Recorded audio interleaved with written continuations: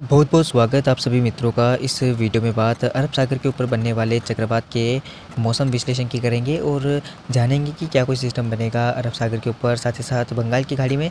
तो पहले मैं आपको बता दूं कि आईएमडी मॉडल प्रोजेक्शन ने भी अब सजेस्टता दिखा दी है। अब मॉडल के अकॉर्डिंग हम देखें तो मॉडल दिखा रहे हैं कि सिस्टम अरब सागर में बनेगा, ये पक्का हो चुका है। और अरब सागर में सिस्टम की इंटेंसिटी की बात करें तो ये सिस्टम टिप डिप्रेशन के बाद साइक्लोन भी बन सकता है, ऐसा मॉडल दिखा रहे हैं। और 4 जून को जब ये आप मॉडल की इंटेंसिटी देख सकते हैं, 4 जून की तस्वीरें आप मॉडल के अकॉर्डिंग देख सकते हैं। और जब भारत में मानसून दस्तक दे रहा होगा तब शाम के समय अरब सागर के ऊपर एक निम्न दबाव के क्षेत्र के बनने की संभावनाएं बन रही है। कितना इंटेंसिफाई होगा, कितना आगे बढ़ेगा, भारत के किन राज्यों को करेगा प्रभावित और किन राज्यों में इसके जाने की संभावनाएं, आइए जानते हैं इस वीडियो में। तो वीडियो को शुरू करने से पहले अगर हमारे नए दर्शक चैनल के ऊपर जुड़ रहे हैं और मौसम से जुड़ी जानकारी प्राप्त करना चाहते हैं तो कृपया चैनल को सब्सक्राइब जरूर कीजिएगा और वीडियो को लाइक करना ना भूलें और शेयर ज़रूर कीजिएगा, क्योंकि आपके शेयर के माध्यम से लोगों तक जानकारी पहुँचती है और मौसम का पूर्वानुमान जो है वो ज़्यादा से ज़्यादा लोगों तक पहुँचता है, जिससे कि लोगों की सतर्कता जो है वो बढ़ जाए। और साइक्लोन के समय तो सतर्कता आवश्यकता रहती है, सतर्क होना आवश्यक होता है। तो चलिए बात कर लेते हैं साइक्लोन के अपडेट की। भारतीय मौसम विज्ञान विभाग के द्वारा ये इंडिकेट कर दिया गया है, यानी कि मॉडल सजेस्ट कर रहे हैं कि सिस्टम अरब सागर में बनेगा। और 4 जून की स्थिति आप देख सकते हैं। 4 जून को जब मानसून केरल में दस्तक दे देगा, अनुमान है कि मानसून के केरल में दस्तक देने के बाद भारी वर्षा के स्थानों पर हो सकती है। और आप देख सकते हैं जब मानसून केरल में दस्तक देगा उस समय रात्रि के समय यहाँ पर एक सर्कुलेशन बनने की संभावना बन रही है।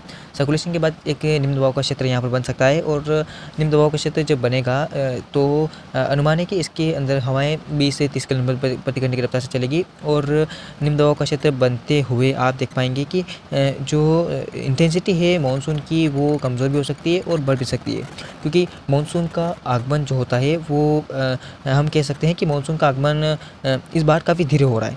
तो पहले से ही मानसून 4 दिनों की देरी पर है और अगर सिस्टम बनता है तो सिस्टम के और सारी इंटेंसिव हवाएं चली जाती है तो सिस्टम कमज़ोर भी हो सकता है, यानी कि मानसून कमज़ोर हो सकता है।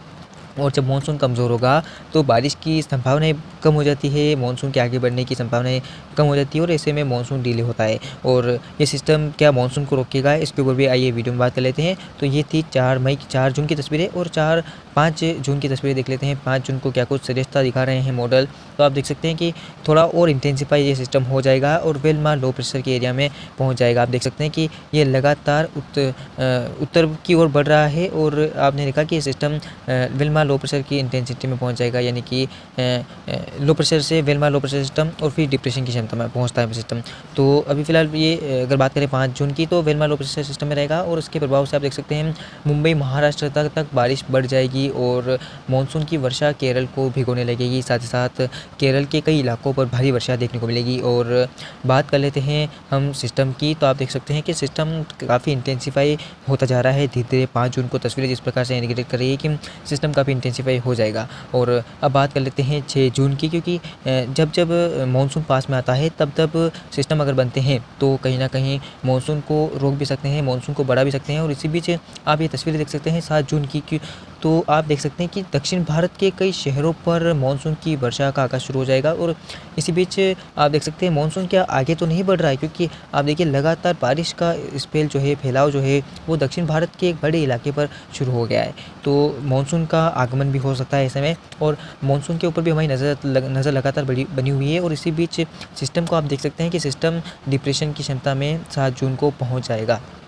और कहीं न कहीं जो आशंकाएँ पहले मैंने आपको लगातार 5 दिन पहले से ही मैंने अपडेट दे दिया था कि साइक्लोन अरब सागर में बनेगा और काफ़ी सच साबित हो रहा है अपडेट। तो आप हमारे चैनल के साथ जुड़े रहिएगा, क्योंकि मौसम से जुड़ी जानकारी हम पहले ही पूर्वानुमान के थ्रू आपको दिखाते हैं और हिंदी स्पष्ट भाषा में दिखाते हैं। तो आप देख सकते हैं 7 जून की तस्वीरें हैं और 7 जून को सिस्टम डिप्रेशन की क्षमता में रहेगा बंगाल माफ़ कीजिएगा अरब सागर के ऊपर। और डिप्रेशन की क्षमता में जब रहेगा तो अनुमान है कि इसके इर्द गिर्द 40 से 50 किलोमीटर प्रति घंटे की रफ्तार से हवाएं चलेगी। और जो तटवर्ती क्षेत्र हैं जैसे कि केरला, कर्नाटक, आंध्र प्रदेश, अब की जगह केरल, कर्नाटक और गोवा के जो इलाके हैं उन इलाकों पर हवाओं की जो रफ्तार है वो बढ़ जाएगी। और आप देख सकते हैं लगातार उत्तरी दिशा की ओर बढ़ रहा है। तो क्या ये भारत की ओर बढ़ेगा? हालांकि इसके ट्रैक का जो मैंने अभी बताया विंड डेटा मॉडल और जीपीएस मॉडल और अब तो आईएमडी मॉडल प्रोजेक्शन भी इंडिकेट कर रहे हैं कि सिस्टम सीधा सीधा यहाँ तक तो पहुँच जाएगा, यानी कि गुजरात के आसपास के इलाकों पर ये पहुँचेगा। हालांकि इसके ट्रैक में अभी और भी बदलाव हो सकता है, अभी कुछ कह नहीं सकते ज़्यादा। और कितना इंटेंसिफाई होगा ये तो मॉडल आपको दिखाई देंगे हम। और भारत के किन राज्यों पर ज़्यादा प्रभाव रहेगा, तो मैं इसकी बात कर लेता हूँ। तो ज़्यादा प्रभाव भारत के दक्षिणी राज्यों पर रहेगा, जिसमें केरल, कर्नाटक और मुंबई में भी हो सकता है। और उसके बाद अगर सिस्टम नज़दीक पहुँचता है तो गुजरात के शहर भी इसमें शामिल हो सकते हैं। इसी बीच मानसून की हवाएं बंगाल की खाड़ी पर भी सक्रियता बढ़ा देगी और अनुमान है कि म्यांमार से लगे हुए इलाकों एवं बांग्लादेश से लगे हुए इलाकों पर, माफ़ कीजिएगा, म्यांमार से लगे हुए इलाकों पर यहाँ पर एक सर्कुलेशन विकसित होगा और ये सर्कुलेशन आगे बढ़ता हुआ निम्न दबाव का क्षेत्र बनेगा। और इस समय इसकी क्या कुछ इंटेंसिटी रहेगी इसके भी बात करेंगे। चलिए तो पहले बात कर लेते हैं अरब सागर में बनने वाले चक्रवात के ऊपर। तो 7 जून के बाद अब 8 जून को, माफ कीजिए, 7 जून को क्या कुछ स्थिति रहती है देख लेते हैं आप।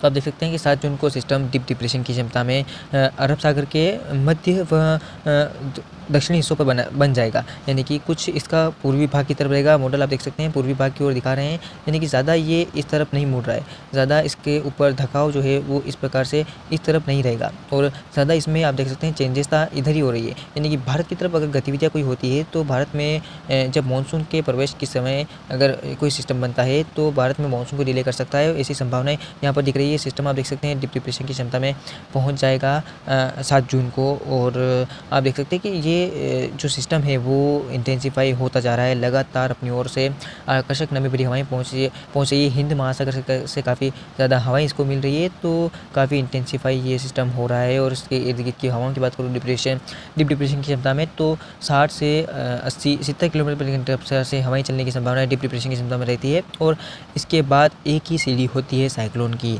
और डीप डिप्रेशन के बाद कोई भी अगर सिस्टम ज़्यादा इंटेंसिटी में जाता है तो साइक्लोन बनता है। और साइक्लोन की इंटेंसिटी 90 से 100 के बीच में रहती है। और क्या ये सिस्टम साइक्लोन बनेगा। और आप देख सकते हैं कि बंगाल की खाड़ी में सक्रियता बढ़ रही है, लेकिन अरब सागर में मानसून की हवाएं अरब सागर को पूरी तरह से घेर लेगी। और अनुमान जिस प्रकार से था, हिंद महासागर से काफ़ी ज़्यादा मॉइस्चर वाली नमी भरी हवाएं पहुँच रही है, तो आप देख सकते हैं कि काफ़ी ज़्यादा बदलाव भारत के मौसम पर पड़ सकता है, जिसमें दक्षिण भारत के मौसम में ज़्यादा बदलाव देखने को मिलेगा। और ट्रैक की बात करें, लगातार ये इस प्रकार से आगे बढ़ रहा है, तो क्या ट्रैक भारत की ओर बढ़ेगा या फिर ट्रैक में चेंजेस आएगी। हालांकि जीपीएस मॉडल और विंड डेटा मॉडल इंडिकेट कर रहे हैं कि सिस्टम इसी प्रकार से आगे बढ़ेगा, यानी कि ये जो एरिया होगा इन दोनों ही मध्य भागों से होकर ये सिस्टम इस प्रकार भी निकल सकता है। तो अभी ज़्यादा कुछ कह नहीं सकते साइक्लोन का ट्रैक क्या कुछ है, अभी ज़्यादा कुछ मॉडल दिखा नहीं रहे, लेकिन अब स्पष्टता हो गई है कि साइक्लोन अरब सागर में बनेगा।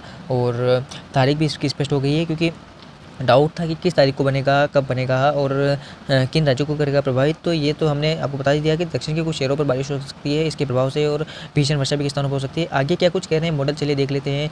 8 मई को, तो 8 मई को आप देख सकते हैं कि अरब सागर पर बनने वाला साल का दूसरा चक्रवाती तूफान घोषित कर दिया जाएगा। और इस प्रकार से मैंने बताया कि सिस्टम साइक्लोन की इंटेंसिटी में पहुँच जाएगा, यानी कि काफ़ी गंभीर हो सकता है सिस्टम आगे जाकर। और साइक्लोन की इंटेंसिटी में तो रहेगा ही, उसके अलावा आप देख सकते हैं कि हवाएं काफ़ी ज़्यादा ये हिंद महासागर और जो बंगाल की खाड़ी साथ साथ आप देख सकते हैं कि जो भारत के भी राज्य हैं उनसे हवाएं खींच रहा है।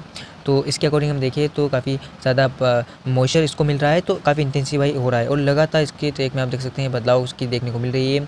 सिस्टम लगातार इसी दिशा में आगे बढ़ रहा है। ये इस प्रकार से मॉइस्चर ज़्यादा मिल रहा होगा, जिस प्रकार से आप देख सकते हैं कि इस प्रकार बढ़ रहा है। और मैंने आपको बताया कि हवाओं का काफ़ी ज़्यादा इसमें रूल होता है। हवाएँ जब मिलती है इसको तो ये सिस्टम मजबूर होता है। और ये सिस्टम साइक्लोन की इंटेंसिटी में रहेगा 8 जून को, और दक्षिण भारत की तरफ लगातार बढ़ रहा है।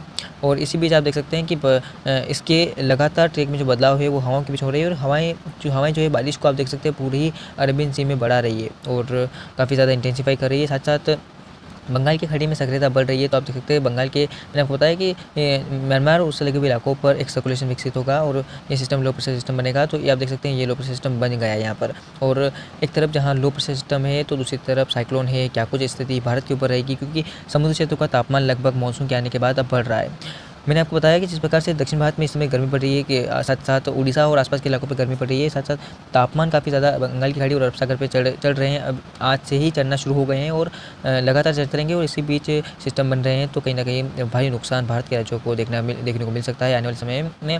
और आप देख सकते हैं कि जिसका डर था, जिसकी आशंकाएँ थी, और लगभग पूरी तरह से मॉडल दिखा रहे थे कि ये सिस्टम साइक्लोन बनेगा। उसके बाद आप देख सकते हैं कि तस्वीरें हैं, और 9 जून को आप देख सकते हैं कि सिस्टम वेरी सीवियर साइक्लोन में कन्वर्ट हो जाएगा। यानी कि अत्यंत गंभीर चक्रवाती तूफ़ान। और कहीं न कहीं इसका ट्रैक की अगर मैं बात करूँ तो लगातार इंटेंसिफ़ाई होता हुआ ये सिस्टम इसी दिशा में आगे बढ़ रहा है। तो आप देख सकते हैं कि पहले सिस्टम यहाँ पर था, यहाँ पर दक्षिणी हिस्सों पर बना हुआ था। दक्षिणी हिस्सों के बाद ये सिस्टम आगे बढ़ा इसी दिशा में, और आप देख सकते हैं ये लगातार इंटेंसिफ़ाई हो रहा है। और इंटेंसिफ़ाई होने के चलते भारत की ओर भी बढ़ने की इसकी संभावनाएँ बन रही है। तो काफ़ी ज़्यादा नुकसान भारत के राज्यों पे हो सकता है वेरी सीवियर साइक्लोन का। और अभी तो ये आप देख सकते हैं कि जो मध्य बंगाल की खाड़ी है वहाँ पर बना हुआ है, लगभग मध्य बंगाल की खाड़ी के ऊपर बना हुआ है। और आगे जब बढ़ेगा ये सिस्टम और आगे बढ़ेगा तो इसको हवाएं और मिलेगी, तो और ज़्यादा इंटेंसिफाई हो सकता है ये सिस्टम, और वेरी सीवियर साइक्लोन के बाद अत्यंत भीषण चक्रवाती तूफान भी बन सकता है। यानी कि इसके इर्द गिर्द हवाएं जो है वो 200 किलोमीटर प्रति घंटे की रफ्तार से चल सकती है। और अभी ज़्यादा कुछ कह नहीं सकते इसके ऊपर, और अभी मॉडल ज़्यादा इंडिकेट भी नहीं कर रहे हैं। ये 10 जून की तस्वीरें थे। 10 जून तक का जो शेड्यूल था भारतीय मौसम विज्ञान विभाग का, वो इंडिकेट कर रहे हैं कि अरब सागर पर भीषण चक्रवाती तूफान बनेगा। और ये थी अरब सागर में बनने वाली इस चक्रवाती तूफान की कुछ इन्फॉर्मेशन आप तक मैंने पहुंचाई। और वीडियो पसंद आया हो तो वीडियो को लाइक करें, चैनल को सब्सक्राइब जरूर करिएगा, और जो मौसम से जुड़ी जानकारी है उसके लिए हमारे चैनल पर बने रहिएगा। अभी के लिए इस वीडियो में इतना ही, मिलते हैं अगले वीडियो के दौरान और बात करेंगे फिर से एक नए मौसमी प्रणाली के साथ। धन्यवाद।